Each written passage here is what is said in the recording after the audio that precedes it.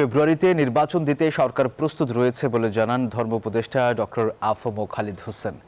শুক্রবার দুপুরে সুনামগঞ্জের তাহিরপুর উপজেলার শ্রী শ্রী অদ্বৈতাচার্য মন্দির কমপ্লেক্স নির্মাণ কাজ শেষে পরিদর্শন শেষে সাংবাদিকদের প্রশ্নের জবাবে তিনি এই কথা বলেন। আরও বলেন, নির্বাচনের জন্য আইন শৃঙ্খলা বাহিনীর ট্রেনিং ও সেনাবাহিনী কাজ শুরু করেছে। সরকার ঘোষিত তারিখে দেশে জাতীয় নির্বাচন অনুষ্ঠিত হবে। নির্বাচিত সরকারের হাতে ক্ষমতা হস্তান্তর করে পুরনো ঠিকানায় ফিরে যাওয়ার কথাও বলেন তিনি।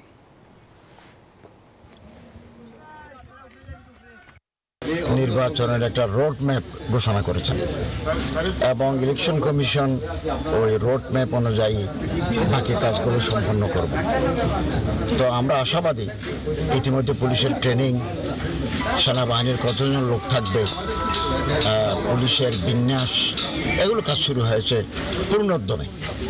তো আমাদের প্রত্যাশা আমরা ঘোষিত সময়ে তারিখে আমরা জাতীয় নির্বাচন সম্পন্ন করতে পারব।